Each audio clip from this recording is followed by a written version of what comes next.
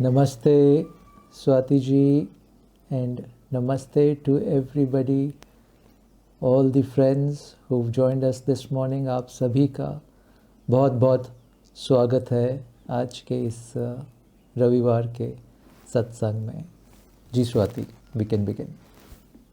हमारा पहला प्रश्न पूछ रहे हैं सच्चिदानंद राय जी।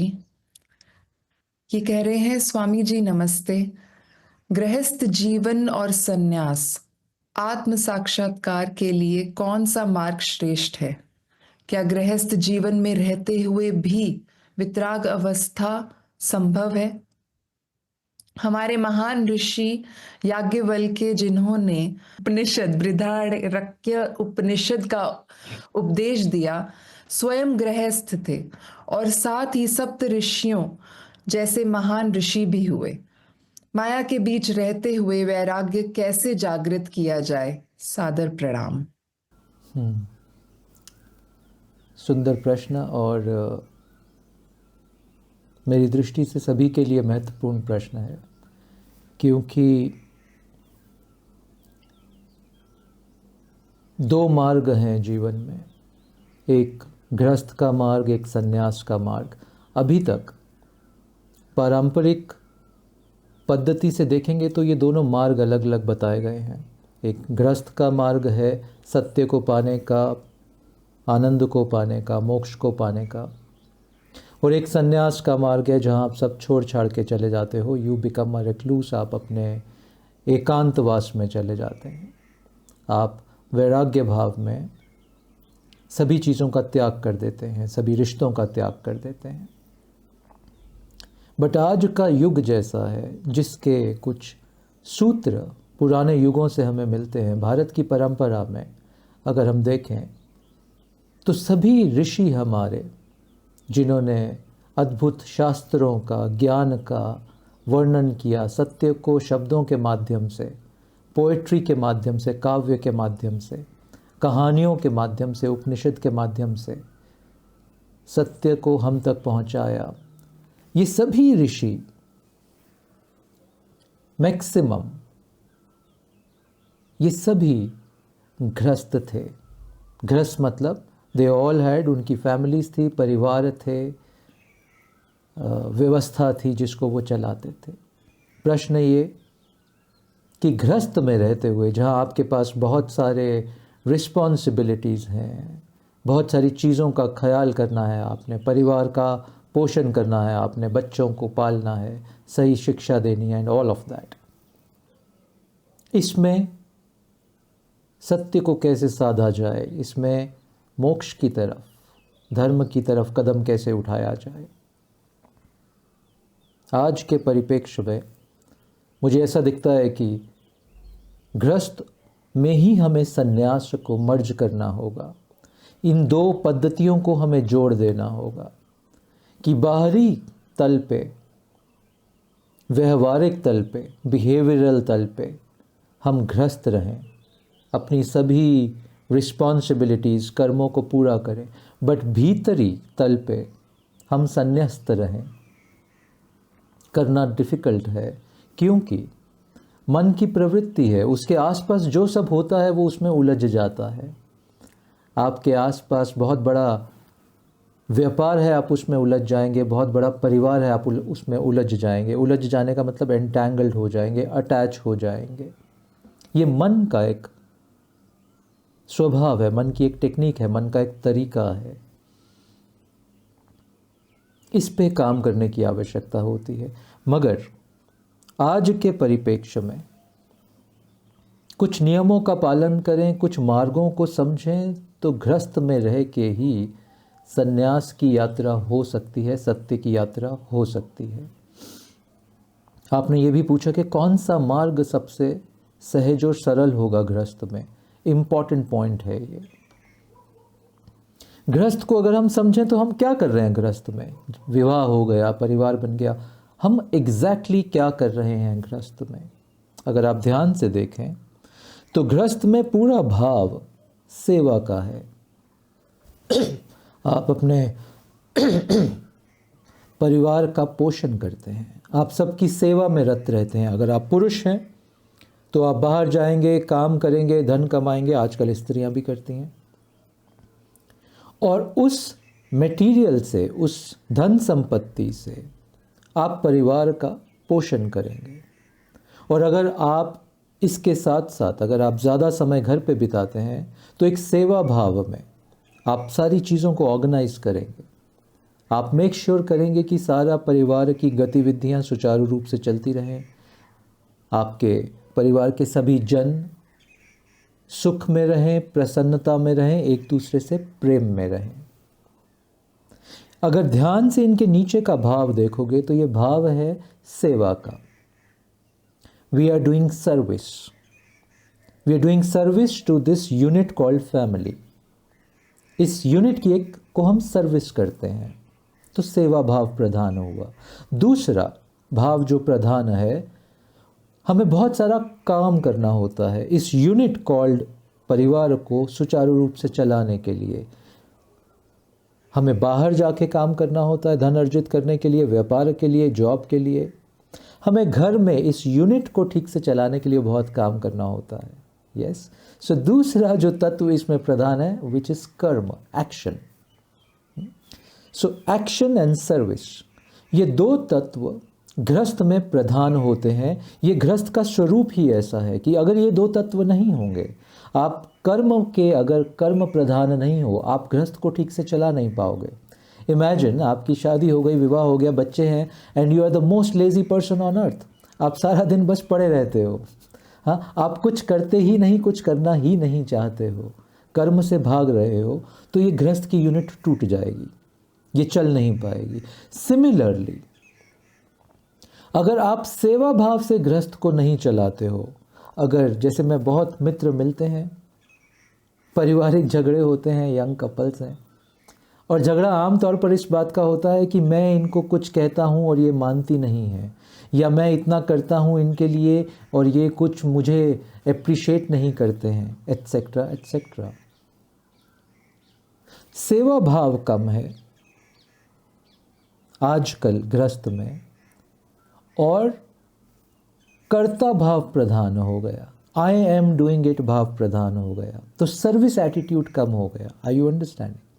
जब ये गृहस्थ में सर्विस एटीट्यूड कम हो जाएगा तो गृहस्थ में ट्रबल आने लगेंगी, परिवार में ट्रबल आने लगेंगी, क्योंकि आपको लगेगा यू डिज़र्व समथिंग, आपने इतना किया है, you deserve something in response to that. But गृहस्थ I deserve the return of this से नहीं चलता। गृहस्थ में मैंने ऐसा किया इसलिए तुम भी ऐसा ही करो से गृहस्थ नहीं चलता। गृहस्थ चलता है सेवा भाव से। तो दो भाव प्रधान हैं गृहस्थ को चलाने के लिए, कर्म भाव, कर्म का मतलब एक्शन ओरिएंटेशन, और उसके साथ जुड़ा सेवा का भाव, which means I am doing it as service to all of you my family members. ये दो भाव प्रधान हैं। अब प्रश्न था कि गृहस्थ में संन्यास की साधना कैसे किया जाए, गृहस्थ में विरक्त कैसे रहा जाए, गृहस्थ में वैराग की अवस्था के आनंद को कैसे पाया जाए। ये दो मार्ग हैं गृहस्थ में, ये दो प्राइम मार्ग हैं गृहस्थ में। सेवा मार्ग यानी भक्ति का मार्ग। गृहस्थ में रह के जो सबसे आसान मार्ग होगा आपके लिए वो होगा भक्ति का मार्ग, क्योंकि गृहस्थ का पूरा यूनिट प्रेम पे और मैत्री पे टिका है। और मैत्री के लिए ये जो सर्विस एटीट्यूड है, भक्ति एटीट्यूड है, इसको जागरूक कर किए बिना आप पूरे परिवार में मैत्री नहीं बना सकते हो। तो भक्ति प्रधान हो गई यहाँ पे। Please follow this thread carefully. अगर आप गृहस्थ में हैं और आपको साधना करना है, भक्ति मार्ग श्रेष्ठ होगा आपके लिए, क्योंकि गृहस्थ में आपकी ट्रेनिंग ही भक्ति मार्ग की करवाई जा रही है, आपकी ट्रेनिंग ही सेवा और सर्विस की कराई जा रही है, आपकी ट्रेनिंग ही सैक्रिफाइस और समर्पण की कराई जा रही है। Please understand it carefully. क्योंकि गृहस्थ के परिप्रेक्ष्य में इस यूनिट को चलाने के लिए आपकी ट्रेनिंग सेवा की हो रही है, जो कि भक्ति का प्रतीक है। तो गृहस्थ में संन्यास की साधना भक्ति प्रधान होगी, या ऐसा कहें गृहस्थ में संन्यास की साधना या आनंद की साधना अगर भक्ति को प्रधान मान के करोगे तो ईजिली हो जाएगी, सरल हो जाएगी। और इसके साथ जो दूसरा कंपोनेंट गृहस्थ में आपको बिल्ड करना होगा वो होगा कर्म का। और कर्म का प्रिंसिपल ये है कि आप जो भी करते हो उसमें आई एम डूइंग इट का भाव नहीं होता, डूअरशिप का भाव नहीं होता। आपको खाना बनाना है, आपको सफाई करनी है, whatever activities you are doing in the household for the household, ये भाव नहीं होना चाहिए कि look I have done this, मैंने किया है। ये मैं का भाव हुआ तो ये कर्म योग नहीं बनता, ये बोझ योग बन जाता है, ये एक्सपेक्टेशन योग बन जाता है। रियल कर्म योग में मैं भाव नहीं होता। और गृहस्थ में इसकी ट्रेनिंग की जाती है आपकी। ये पूरा जो सृष्टि का निर्माण हुआ और उसमें ये जो गृहस्थ यूनिट का निर्माण हुआ ये बड़ा प्रबल है, वेरी पावरफुल इट इज़। इसीलिए सभी ऋषियों ने गृहस्थ को अडॉप्ट किया, कम ऋषियों ने सन्यास को यानी एक रेक्लूसिवनेस को अडॉप्ट किया, क्योंकि यहाँ स्वतः ही ये यूनिट आपकी ट्रेनिंग कर देती है। गृहस्थ में साधना करना सरल है क्योंकि आपकी ट्रेनिंग चल ही रही है कर्म योग की और भक्ति योग की। तो प्रश्न का सीधा उत्तर मैं दूं तो कि गृहस्थ में कौन सा मार्ग आपकी साधना में ज़्यादा उपयुक्त होगा? सो दो मार्ग का कॉम्बिनेशन, भक्ति मार्ग और कर्म मार्ग का कॉम्बिनेशन आपके लिए बहुत उपयुक्त होगा गृहस्थ को जीते हुए आध्यात्मिक यात्रा करने के लिए। इसलिए गृहस्थ को अपॉर्चुनिटी मानना, गृहस्थ को ब्लेसिंग मानना, फैमिली को हमेशा ब्लेसिंग मानना, फैमिली को कभी सिर्फ मेयर रिस्पॉन्सिबिलिटी मत मानना, क्योंकि सिर्फ रिस्पॉन्सिबिलिटी मानी तो आपकी नज़र चूक जाएगी कि फैमिली से आपको ये दो महान मार्ग सिखाए जा रहे हैं, भक्ति का मार्ग और प्योर कर्म योग का मार्ग सिखाया जा रहा है आपको। Family is making you learn these two ways, और इन दो मार्गों को जोड़ के आप अपनी साधना में प्रवेश कर पाओगे। तो हम ऋणी हैं परिवार के, हम परिवार के लिए बहुत कुछ कर नहीं रहे हैं, बल्कि परिवार से हमें बहुत कुछ मिल रहा है। इस परिवार की यूनिट से हमें बहुत कुछ मिल रहा है साधना पे चलने के लिए। तीसरी बात, धीरे धीरे जब ये बात आपको समझ में आने लगेगी कि परिवार में आपका एक योगदान तो है ही, बट आपको बहुत कुछ मिल रहा है इस परिवार से, आपको अपने मटेरियल लाइफ के लिए भी और आपको अपनी स्पिरिचुअल यात्रा के लिए भी परिवार से बहुत कुछ मिल रहा है।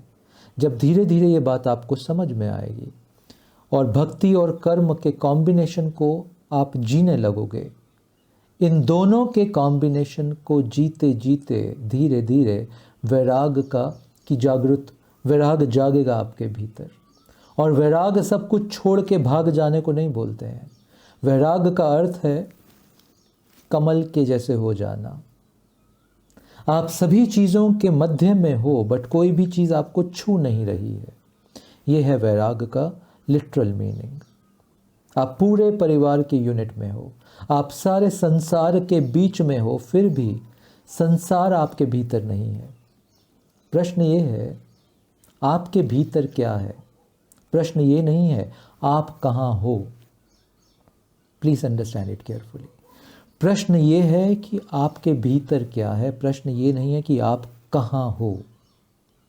आप परिवार के बीच में रह के भी आपके भीतर इस भक्ति और इस कर्म योग के माध्यम से वैराग को जन्म दे सकते हो। और आप सब छोड़ के पहाड़ों में भी चले जाओ, बट आपके भीतर परिवार की अटैचमेंट, परिवार की याद, परिवार का मोह बना रह सकता है। तो प्रश्न यह है कि मैं भीतर किसको अलाउ कर रहा हूँ आने के लिए। तो जैसे मैंने पहला बोला, गृहस्थ एक माध्यम है। प्लीज अंडरस्टैंड, आपके बहुत बड़े जीवन का, आप तो जीवन, अभी तो हम सिर्फ 50, 60, 70, 80 साल का एक जीवन देखते हैं, बट इसमें मैं आपके पुराने जीवन भी जोड़ दूं, आपके पुराने इनकारनेशंस भी जोड़ दूं, तो ये जीवन, this life is very long. इस लंबे जीवन में गृहस्थ एक पार्ट है और गृहस्थ एक मार्ग है, आपको तैयार करता है भक्ति और कर्म को बिल्ड करके साधना में जाने के लिए। गृहस्थ फैमिली में होना, संसार में होना एक अपॉर्चुनिटी है। संसार में होना दुख नहीं है, संसार में होना बंधन नहीं है, परिवार में होना बंधन नहीं है। ये एक बहुत बड़ी अपॉर्चुनिटी है, इसका इस्तेमाल कर लीजिए, इसका उपयोग कर लीजिए भक्ति को और कर्म योग को साधने के लिए। ये बहुत उपयुक्त समय है और भक्ति और कर्म योग को परिवार में साधते साधते वैराग योग का जन्म होगा। You will be in the middle of everything, but you will not be attached and entangled in anything, provided भक्ति योग और कर्म योग पे आपकी दृष्टि एकदम सतत रहे। बस इस दृष्टि को अगर संभाल लिया तो गृहस्थ ने अपना काम कर दिया आपके ऊपर। गृहस्थ का आशीर्वाद आपकी साधना को मिल गया। Please understand this carefully, it's a great opportunity. आशा करता हूँ ये कुछ शब्द आपकी मदद करेंगे गृहस्थ को संन्यास से मर्ज करके वैराग में प्रवेश करते हुए आनंद की उपलब्धि करने के लिए। धन्यवाद। जी स्वाति। धन्यवाद गुरुदेव। हमारा अगला प्रश्न विनीता जी ने पूछा है। ये प्रश्न है, प्रणाम गुरुजी, सभी प्रश्न समाप्त हो गए हैं, फिर भी एक प्रश्न शेष है। जब कोई उस परम सत्य को जान लेता है तब सारे धर्म, सारी मिथ्याएं विलीन हो जाती हैं। फिर भी हमें धर्म और शास्त्रों पर बोलने की आवश्यकता क्यों पड़ती है? जो सत्य को जान चुका है वह सनातनी तो होता है, पर हम फिर भी किसी एक धर्म पर विशेष रूप से जोर क्यों देते हैं? क्या ऐसा कुछ नहीं है जो सबके लिए एक समान हो, जो समस्त मानवता के लिए हो? सादर वंदन। सिमिलर प्रश्न गुरुदेव विजय मिश्रा जी ने भी पूछा था, तो क्योंकि प्रश्न सेम ही थे तो इसलिए हमने एक ही में कंबाइन कर दिया। कुछ लेयर्स हैं इस प्रश्न के अंदर। पहली लेयर को देखते हैं कि क्यों जो भी सत्य को जान लेता है, क्यों वो धर्म और शास्त्रों की बात करता है या धर्म और शास्त्र पे बात करता है। पहले तल पे इसको देखते हैं। ये शास्त्र हैं क्या? ये उपनिषद, ये गीता, ये जितने भी शास्त्र लिखे गए इस पृथ्वी पे, ये क्या है शास्त्र? क्यों हम इन पे बात करते हैं? इसको ऐसा देखो, जब आपको किसी से बहुत प्रेम हो जाता है, when you deeply fall in love with somebody, अनुभव किया होगा आपने, शब्द कम होते हैं। जो भीतर प्रेम को अनुभव कर रहे होते हो वो इतना विराट होता है कि शब्द कम पड़ते हैं। बोलने की कोशिश करते हो बट लगता है बोलने के बाद भी प्रेम को व्यक्त नहीं कर पाए। अलग अलग तरीकों से प्रेम को प्रकट या प्रेम को व्यक्त करने का प्रयास करते हो, राइट? उस अपने बिलवड की सुंदरता को व्यक्त करने के लिए, एक्सप्रेस करने के लिए बहुत सारे माध्यम चुनते हो, बट फिर भी लगता है कि पूरी तरह से एक्सप्रेस नहीं कर पा रहा हूँ या नहीं कर पा रही हूँ। और फिर अंत में आके पोइट्री लिखते हो, कविताएं लिखते हो। सारी पोइट्री, सारी कविताएं लिखी गई प्रेम पे, क्योंकि ऐसे नहीं लिखा गया प्रेम के ऊपर। लगा कि ऐसे में बात नहीं कही जा सकती। हाँ, पोइट्री की एक पंक्ति में, दो पंक्ति में ऐसा लगता है ज़्यादा एक्सप्रेस कर पाए हो आप। तो ये ग्रंथ क्या है, ये शास्त्र क्या है? जिन लोगों ने भी अनंत प्रेम को जान लिया, ईश्वर के अनंत सत्य को जान लिया, इस जीवन के रहस्य को जान लिया, इतना बड़ा है ये। तुम तो एक व्यक्ति के प्रेम को नहीं प्रकट कर पाते हो शब्दों से। सोचो एक ऐसी अवस्था जब तुमने विराट के प्रेम को जान लिया, इस सृष्टि के प्रेम को जान लिया, तुमने शिव के प्रेम को जान लिया, तुमने शिव के स्वरूप को, शिव के सत्य को जान लिया, एसेंस को जान लिया। इमेजिन, अब शब्द तो खत्म हो जाएंगे, तुम कैसे व्यक्त करोगे? बट क्योंकि इतने प्रेम को जान लिया है, सूर्य को देख लिया है तुमने, तो हृदय बोलेगा व्यक्त तो करो। I want to talk about it. मैं अपने मित्रों से, अपने प्यारों से इसके बारे में शेयर करना चाहता हूँ, इसका वर्णन करना चाहता हूँ। मैं उनको बताना चाहता हूँ ये कितना अद्भुत है सूर्य का दर्शन, इतनी सुंदर जो मैंने पहाड़ देखी, ये नदियाँ देखी, इसका कितना सुंदर है वर्णन। इस सत्य का वर्णन मैं करना चाहता हूँ। तो शब्द ऐसे की फॉर्म में तो नहीं आए, तो शब्द आए सूत्रों की फॉर्म में। ये जो जितने भी शास्त्र लिखे हैं, ये सत्य के सूत्र हैं, ये महाप्रेम के सूत्र हैं, ये महा आनंद के सूत्र हैं। और सूत्रों में बात की गई। शिव सूत्र अगर आप पढ़ोगे, दो दो शब्दों का एक सूत्र है, बट उसको डीकोड करोगे तो पूरे जीवन का विज्ञान है उसके अंदर। तो ये शास्त्र क्या है? ये अनंत प्रेम, ईश्वर के स्वरूप, महासत्य का वर्णन है एक।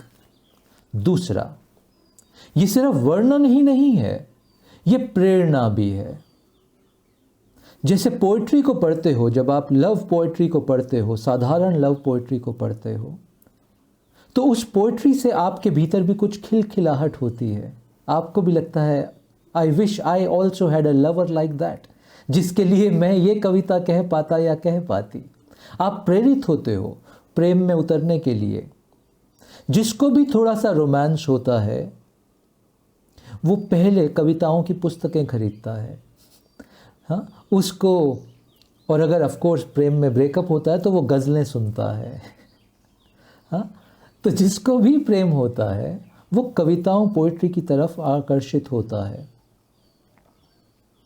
इसी तरह, और उस आकर्षण से कुछ प्रेरणा जागती है उसके भीतर। तो शास्त्र भी इस अनंत ईश्वरीय प्रेम और सत्य के सूचक हैं और उसी की प्रेरणा देते हैं हमें। ये दूसरी बात, वो प्रेरणा मिलती है। तीसरी बात, क्योंकि बहुत लोग सिर्फ पोएट्री से प्रभावित नहीं होते, हमें कथाएं बड़ी अच्छी लगती हैं। रोमियो जूलियट, लैला मजनू, हमें कथाएं बड़ी पसंद हैं। कथाओं के माध्यम से भी हम प्रेरित होते हैं। तो ऋषियों ने बहुत सारे शास्त्रों को कथाओं की तरह, कहानियों की तरह रचा है। तो हम कहानी सुनते हैं। उपनिषद कहानियां हैं, तो गुरु शिष्य को कहानी सुना रहा है, एक स्टोरी टेलिंग का फॉर्मेट है। और उस स्टोरी में भी हमें उसी ईश्वर के प्रेम के और महासत्य के दर्शन हो रहे हैं। और वो कहानी हमारे हृदय में कुछ इंस्पायर कर रही है, एक प्रेरणा दे रही है हमें। तो शास्त्र में फिर कहानियां भी हैं।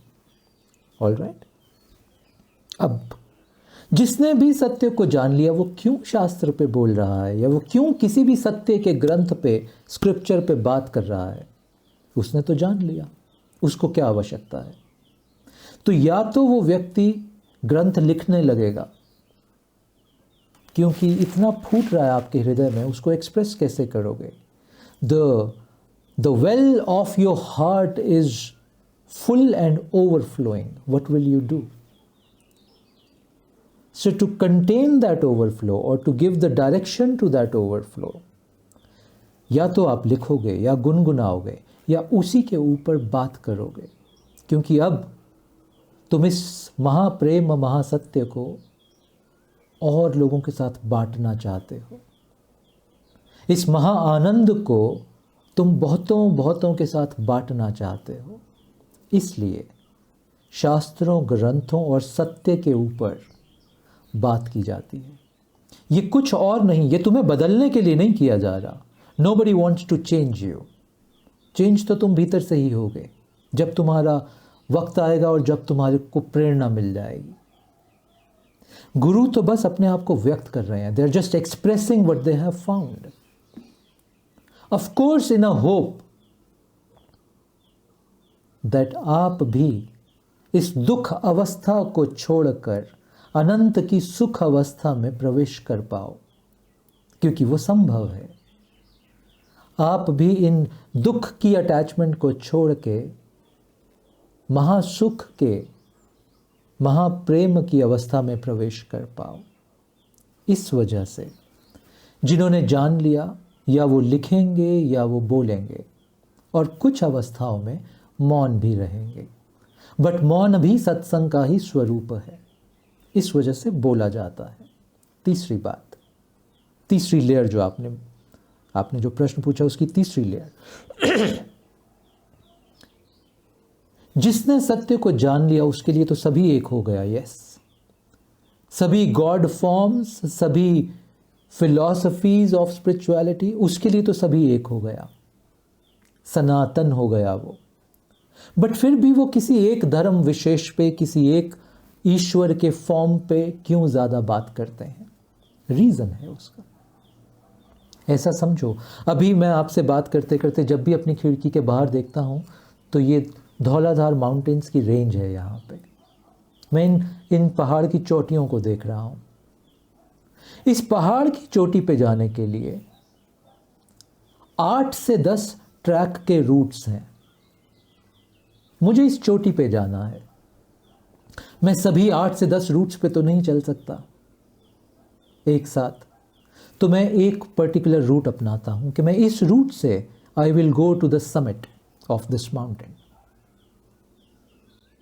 और उस रूट पे मुझे जो जो सीखने को मिला, जो जो सुंदर दिखा, मैं इस रूट को जान गया हूं पूरी तरह से। और जब मैं समिट पे पहुंचता हूं, एकदम on top of the mountain, ऊपर खड़े होकर मुझे सारे रूट्स दिखने लग जाते हैं। नाउ आई नो, ओ इस रूट से भी आ सकते थे, इस रूट से भी आ सकते थे, ये रूट शायद थोड़ा मुश्किल होता, ये रूट शायद थोड़ा आसान होता, करेक्ट। बट अब नीचे आके मुझे अपने मित्रों को बताना है कि कौन से रूट से जाना ऊपर, तो मैं किस रूट के बारे में बता पाऊंगा? मैं उसी रूट का वर्णन करूंगा जिससे मैं गया, जिससे मुझे सुविधा हुई, जहां मुझे मालूम था कि यहाँ थोड़ा आगे जाके एक पानी का कुआं मिलेगा, तुम अपनी प्यास बुझा सकते हो। आगे जाके एक बड़ा पेड़ मिलेगा, तुम थोड़ी देर वहाँ बैठ के उसकी शीतलता में अपनी थकावट मिटा सकते हो। फिर आगे जाके एक क्लिफ आएगा, फिर आगे जाके एक ढाबा आएगा, वहाँ चाय भी मिलेगी तुम्हें पीने को। क्योंकि मैंने ये सब रूट को जाना है, मैं उस रूट के बारे में ज़्यादा बात करूँगा। और रूट्स भी हैं आने के लिए इस माउंटेन के शिखर पे, बट मैं चला नहीं उन पे। हाँ, ऊपर जाके मैंने देखा, अरे ये तो सभी रूट्स यहीं आ रहे हैं। Do you understand what I am saying? इस वजह से हर व्यक्ति जिसने जान लिया, जब बुद्ध ने सत्य को जाना तो बुद्ध ने उस सत्य को अलग तरह से एक्सप्रेस किया। जब मीरा ने उस सत्य को जाना तो मीरा ने नाच के उस सत्य को व्यक्त किया। बुद्ध नहीं नाचे, बुद्ध सिर्फ बैठे थे। जब कबीर ने उस सत्य को जाना तो कबीर कपड़ा ही बुनते रहे, उन्होंने कोई काम छोड़ा नहीं। जब महावीर ने सत्य को जाना तो उन्होंने सारे कपड़े उतार दिए, उन्होंने कहा अब इसकी भी आवश्यकता नहीं है। जब नानक ने सत्य को जाना तो नानक गाना गाने लगे, कीर्तन गाने लगे, गुनगुनाने लगे। जब रमना महर्षि ने सत्य को जाना तो वो मौन में बैठ गए। तुम लैंडस्केप देख रहे हो? भारत में एक अद्भुत संत हुई, अभी भी है, अम्मा कहते हैं उनको साउथ इंडिया में। जब अम्मा ने सत्य को जाना तो उन्होंने सबको गले लगाना शुरू कर दिया। She is called the hugging mother. वो सबको गले लगाती हैं। जब रामकृष्ण ने सत्य को जाना तो वो बस समाधि में ही उतर गए। ये सभी संत एक पर्टिकुलर मार्ग से सत्य को पाए हैं, इसलिए वो उसी मार्ग की बात ज़्यादा करेंगे। अंततः ऑन द पीक सभी मार्ग कन्वर्ज हो जाते हैं, बट बात एक ही मार्ग की होगी, क्योंकि वही उन्होंने जाना है, वही उनका अनुभव रहा है, या उसी पे वो आपको गाइड बेहतर कर सकते हैं। क्योंकि वो मार्ग, वो रास्ता उनका पूरा देखा भाला हुआ है। That is how it is, that is how it is. इसी वजह से जब मैं बात करूँगा तो मैं शिव और शक्ति की ही बात करूँगा। मैंने तो उन्हीं को जाना है, मैंने तो उसी मार्ग को जाना है। मैं मैत्री की बात करूँगा, मित्रता की बात करूँगा, क्योंकि मैंने तो मैत्री से ही शिव को पाया है। तो मेरे लिए ये रास्ता होगा और मैं इसी पे ज़्यादा बात करूँगा। हाँ, क्योंकि पीक से भी मुझे बहुत चीज़ों के दर्शन हुए हैं, तो मैं उनके बारे में भी बात करूँगा। मगर मार्ग की बात आएगी तो इसकी ज़्यादा बात की जाएगी। Do you follow? This is no difference in their language और in their message, I would say. किसी भी संत के मैसेज में कोई अंतर नहीं है, मार्ग में, उनकी निष्ठा में, एक पर्टिकुलर रास्ते, एक पर्टिकुलर डेटी, एक पर्टिकुलर माध्यम से उनकी निष्ठा ज़्यादा है, क्योंकि वही उन्होंने जाना पहचाना है। That's there core experience. क्या? इसलिए विविधताएं दिखती हैं, होती नहीं है। हाँ? जिस दिन आपकी दृष्टि खुलेगी तो आपको हर संत की बात में दर्शन उसी अनंत सत्य के होंगे, दर्शन उसी अनंत आनंद के होंगे हर संत की बात में, और कहीं भी कुछ कॉन्ट्राडिक्शन नहीं दिखेगा। या बुद्धि को कॉन्ट्राडिक्शन दिखता है। जिस दिन तुम किसी भी संत की बात हृदय से सुनोगे, तुम्हें कॉन्ट्राडिक्शंस दिखना बंद हो जाएगा। Follow this, experiment with this and see the magic. Hope it helps. धन्यवाद जी। मीरा। गुरुदेव, हमारा अगला प्रश्न संजीव त्यागी जी पूछ रहे हैं। इनका प्रश्न है, मैं ध्यान के द्वारा स्वयं के भीतर गहरे उतरना चाहता हूं, इसके लिए क्या करूं? आप ध्यान के द्वारा स्वयं के भीतर गहरा उतरना चाहते हैं, इसके लिए ध्यान करें। और क्या करेंगे आप? और ज़्यादा ध्यान करें तो आप और ज़्यादा गहरे उतर पाएंगे। बट मैं समझ रहा हूँ आप क्या पूछना चाह रहे हैं। हम शब्द ध्यान या मेडिटेशन बहुत यूज़ करते हैं, बट इसके गहरे तल पे ये क्या है हम समझते नहीं हैं। और क्योंकि हम ध्यान क्या है को गहरे तल पे नहीं समझते, तो हमें लगता है कि हम और गहरा क्यों नहीं जा पा रहे हैं। तो आज इसके तल को समझते हैं। ऑल्दो ध्यान के ज़्यादा तल हैं, बट आज टू मेक इट सिंपल मैं सिर्फ 3 तलों की बात करूंगा। और इन 3 तलों को अगर आपने सिंक्रोनाइज कर दिया तो आप इस ध्यान के माध्यम से अपने भीतर बहुत गहरे उतर सकते हो, अपने अनंत गहराई को छू सकते हो। 3 की एलिमेंट्स हैं इसके अंदर ध्यान की। जब हम बात करते हैं, आपकी चेतना के 3 स्तर हैं। पहला स्तर आपकी फिजिकल बॉडी, आपका शरीर, ये आपकी चेतना का पहला तल है, और ये ध्यान का भी पहला तल है। दूसरा तल आपका मन यानी माइंड, ये चेतना का दूसरा तल होगा। आपके पूरे ऑर्गेनिज्म का ये दूसरा तल है, योर मन यानी माइंड। और तीसरा हृदय। हाँ, ये हृदय ऑर्गन की हम बात नहीं कर रहे। हृदय is the spiritual centre, seat of spirituality, seat of soul जी जिसको आप कह सकते हैं। यहाँ चेतना का वास है। ये चेतना का तीसरा तल हुआ हृदय। ठीक।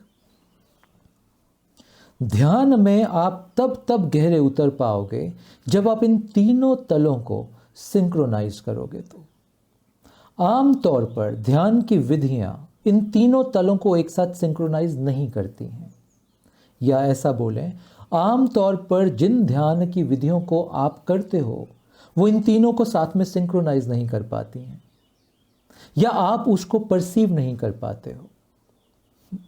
छोटा सा उदाहरण देता हूं, आपको बात समझ में आएगी।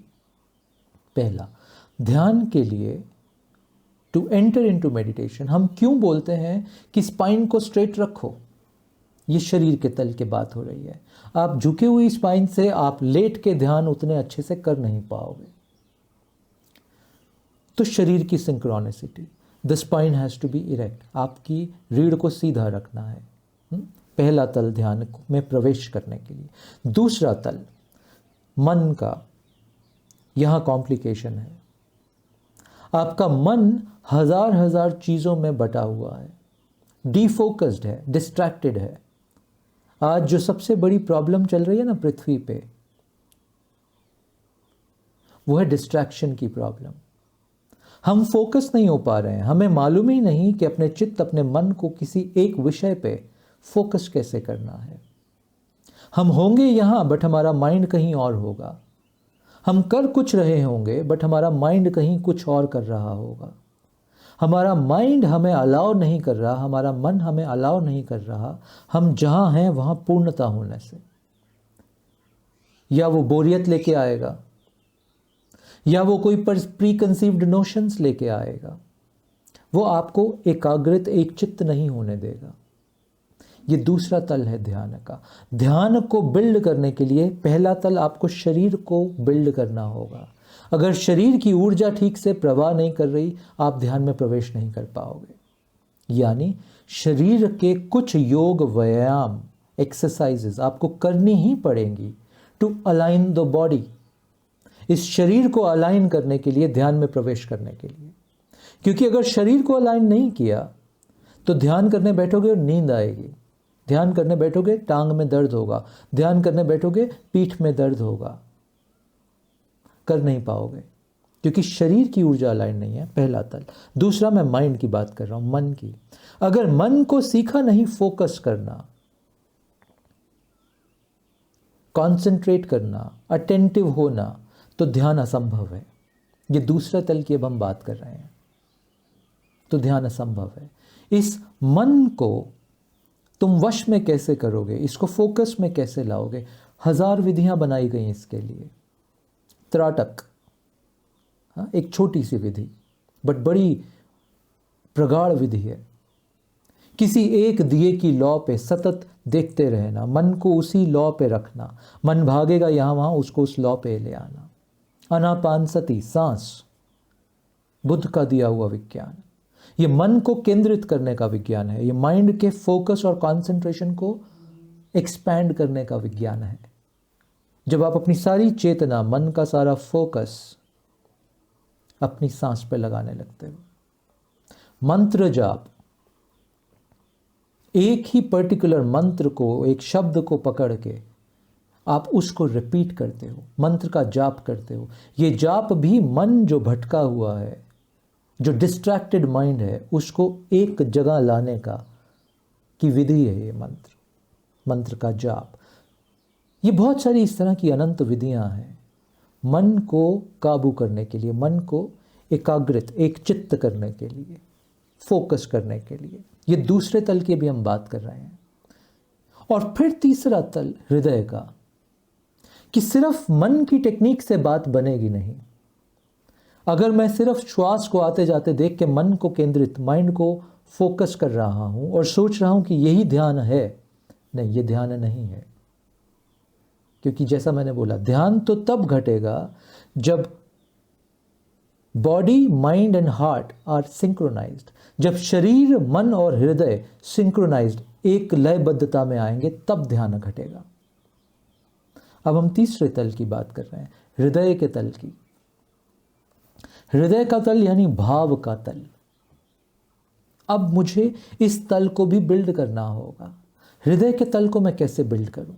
ध्यान के लिए हम बात कर रहे हैं। इसके लिए जो सबसे सहायक है आज के युग में, वो मैत्री योग। हृदय में मैत्री का भाव मैं बिल्ड करूं सभी के लिए। अपने परिवार में जितने लोग हैं, सबके साथ मेरा भाव मैत्री का। अपने समाज में जितने लोग हैं, सबके साथ मेरा भाव मैत्री का। इस पूरी प्रकृति के साथ मेरा भाव मैत्री का। ये पेड़, पौधे, वृक्ष, कीट, पतंगे, पक्षी, स्ट्रे डॉग्स, इन सब के साथ मेरा मैत्री का भाव।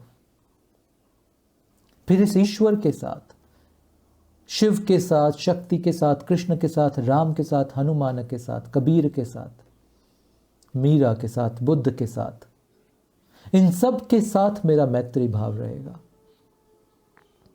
और मेरा स्वयं के साथ, how do I relate to myself, मेरे स्वयं के साथ भी मैत्री का भाव रहेगा। किसी दिन सुबह उठ के मैं बस अपने लिए ही एक कप चाय बनाऊंगा और उस दिन मैं अपने साथ ही बात करूंगा। I will have this cup of T with my own self. मैं अपनी ही मित्रता के साथ इस चाय के कप का आनंद उठाऊंगा। I am giving this time to myself. इस समय मैं स्वयं के साथ मित्रता कर रहा हूं। तो इन पांचों तल पे मैं मैत्री भाव को एस्टैब्लिश करूंगा। यह हृदय से हो रहा है। और फिर जब यह मैत्री भाव मेरे हृदय में एस्टैब्लिश हो गया, अब ध्यान के साथ भी मेरा मैत्री भाव होगा। अब ध्यान मेरे लिए एक प्रक्रिया नहीं है। Now meditation is no more a process for me, is no more a technique or a tool for me. Now I am in deep friendship, loving friendship with my meditation. अब हर सुबह मैं अपने इस ध्यान मित्र के साथ मिलना चाहता हूँ, बैठना चाहता हूँ। I enjoy the company. मैं ध्यान की संगत को बहुत मुझे आनंद आता है। जब मैं ध्यान की संगत में होता हूँ तो ध्यान मेरा मित्र बन गया। Are you understanding what I'm saying? अब ध्यान मेरे लिए प्रक्रिया या टेक्निक नहीं है। Please understand. एक बहुत बड़ी गलती हम कर रहे हैं। हम में से बहुत लोगों के लिए meditation has become a technique. ध्यान सिर्फ एक विधि बन गया है जो हम मस्तिष्क यानी मन यानी माइंड से कर रहे हैं। वो तो एक कंपोनेंट है। हम में से बहुत लोगों के लिए शारीरिक व्यायाम, एक्सरसाइज या योग आसन सिर्फ एक शरीर की प्रक्रिया बन गए हैं। Big problem there. हम योग के साथ भी मैत्री भाव में नहीं है। इट्स जस्ट अ प्रोसेस और a technique for us. Sorry, it will not work.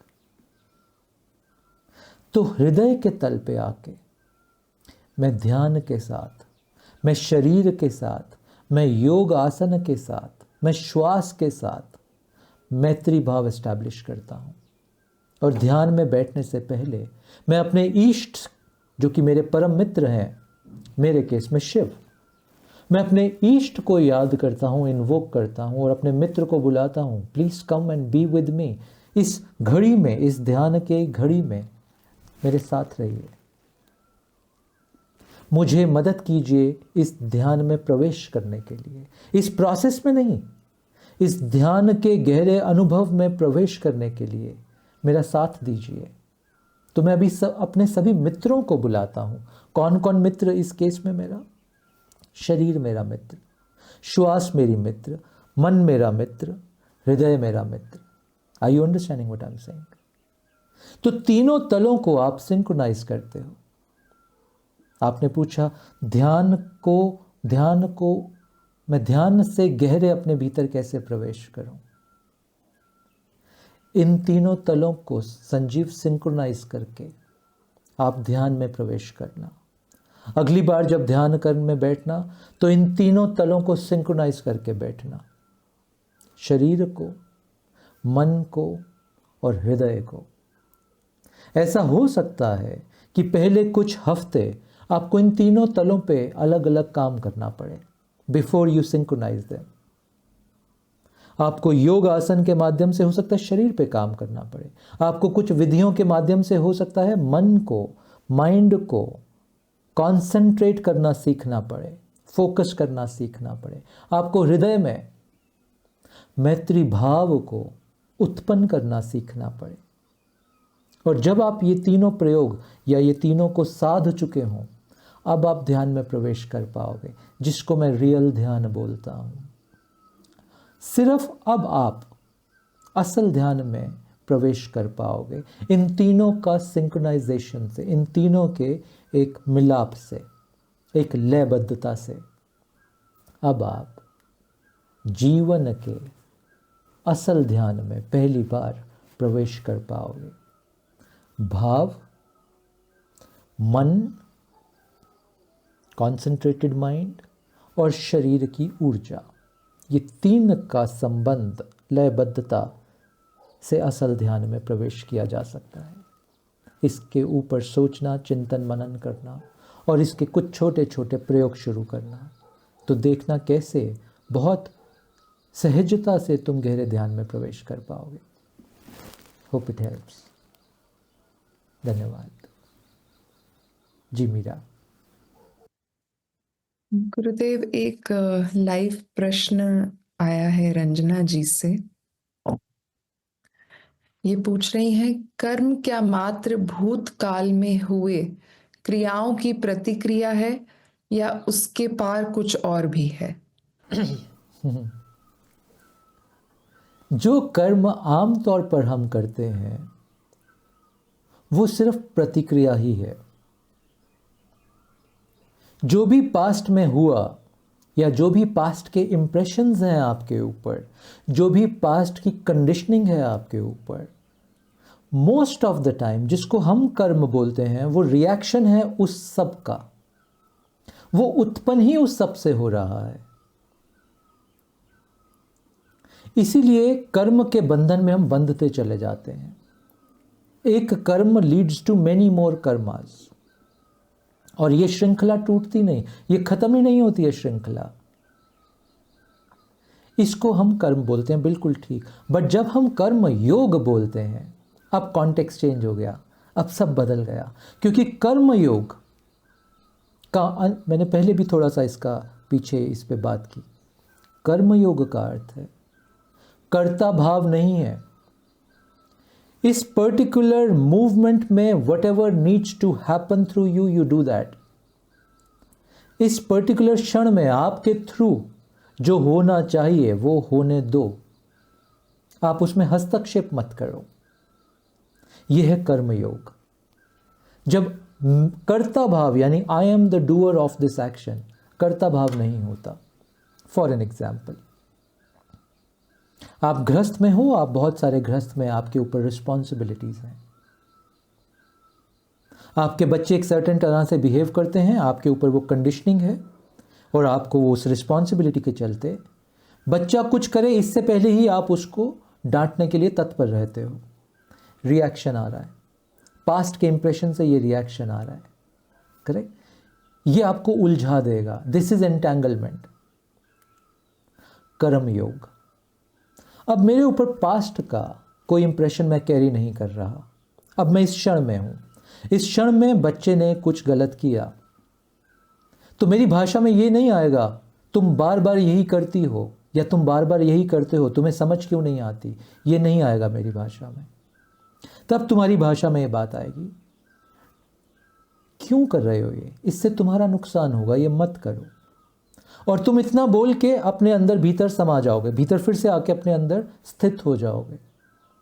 अब वो बच्चा वो मिस्टेक करे या ना करे, तुम उसके एंटेंगलमेंट से बाहर हो गए। वो बच्चा वो गलती करेगा तो उसका परिणाम खुद भुगतेगा।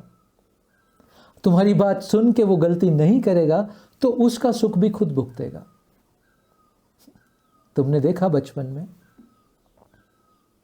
माँ बाप अक्सर, आजकल नहीं होता, हमारे बचपन में होता था, माँ बाप अक्सर बच्चों को बोलते रहते थे जब बच्चे बहुत छोटे थे कि ये सॉकेट है बिजली का प्लग, इसमें उंगली मत लगाना।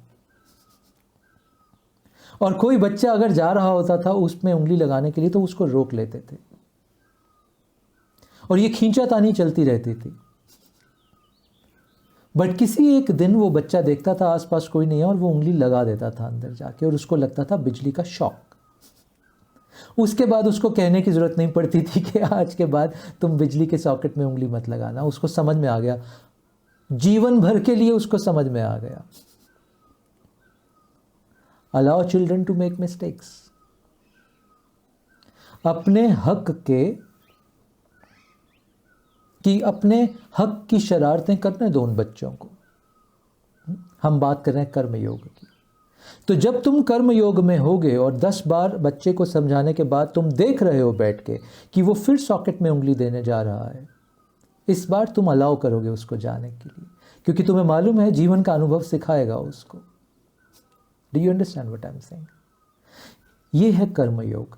इस कर्म योग का पास्ट से कोई रिलेशन नहीं होता। इसका यह मतलब नहीं कि तुम पास्ट की इंटेलिजेंस को यूज नहीं करते हो, बट तुम पास्ट के कंडीशनिंग से प्रभावित होकर नहीं एक्शन लेते हो, तुम पास्ट की कंडीशनिंग के वश में कोई एक्शन नहीं लेते हो, तुम हैबिचुअली एक्शन लेना बंद कर देते हो।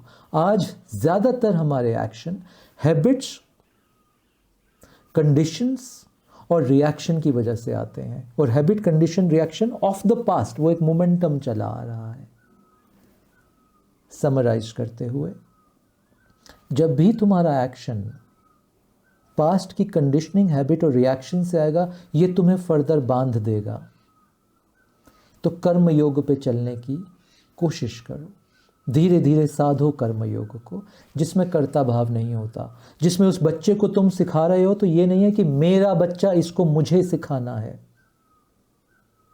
एक इंडिपेंडेंट बच्चा ईश्वर का, इस बच्चे को मेरे माध्यम से इस मोमेंट पे ये शिक्षा दी जानी चाहिए, तुम उतनी शिक्षा उसको देते हो। और आगे बच्चे का कर्म, लेट हिम और her do what ever he और शी वॉन्ट्स टू डू। तुमने अपना कर्मयोग कर दिया, अब वो गलती करें उनका कर्म, सही कार्य करें उनका कर्म।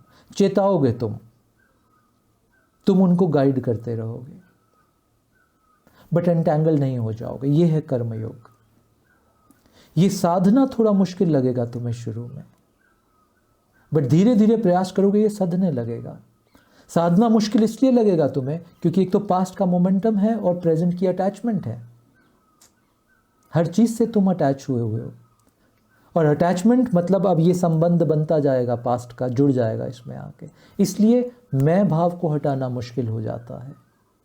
छोटे से तैयार, छोटे छोटे कदम लेना है इसके। किचन में कुछ काम करो, मैं भाव को हटा देना। किसी के लिए कुछ करो, प्रशंसा वहां से मिले, रिकॉग्निशन वहां से मिले का भाव हटा देना।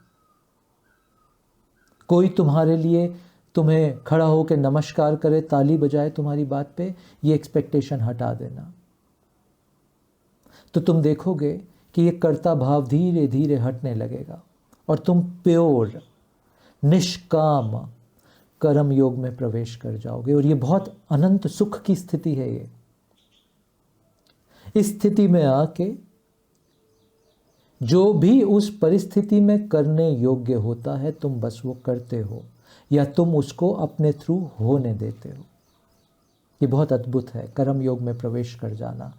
ये बहुत एंटैंगलमेंट से तुम्हें मुक्त कर देता है। मुक्ति का बहुत सुंदर मार्ग है ये, कर्ता भाव को हटा देना। Hope it helps. धन्यवाद जी मीरा। So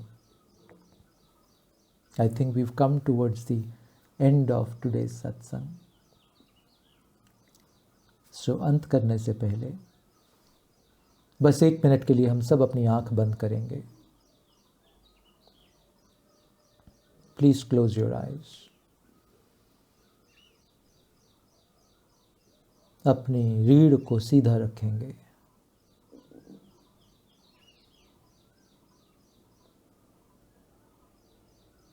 अपनी सारी चेतना, अपना ध्यान इस क्षण पे लेके आएंगे।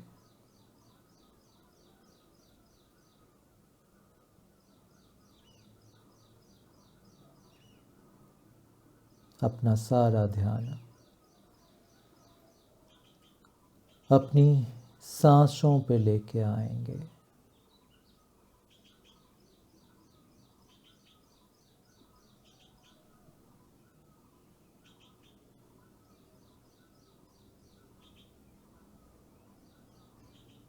और अपने भीतर हृदय में अहोभाव को अनुभव करेंगे, ग्रैटिट्यूड को एक्सपीरियंस करेंगे। अहोभाव इस जीवन के लिए,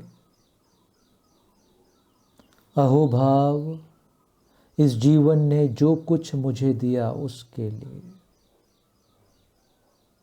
अहोभाव इस परिवार के लिए, इस समाज, इस देश के लिए, इस प्रकृति के लिए, अहोभाव इस क्षण में चलती इन श्वासों के प्रति, मैं जीवित हूँ अभी, इस बात के प्रति अहोभाव।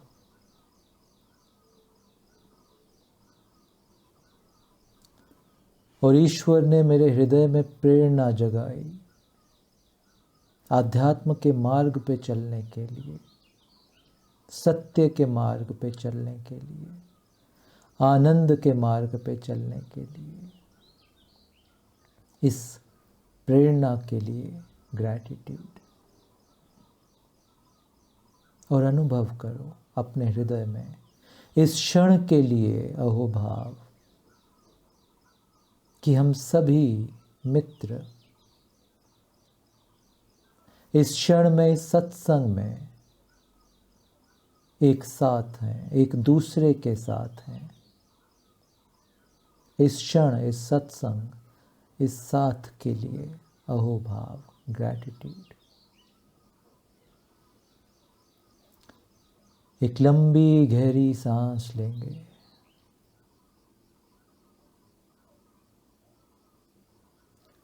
और धीरे धीरे छोड़ेंगे। चेहरे पे इस अहोभाव की एक मुस्कान के साथ, आनंद की इस मुस्कान के साथ धीरे धीरे अपनी आंखें खोलेंगे। धन्यवाद।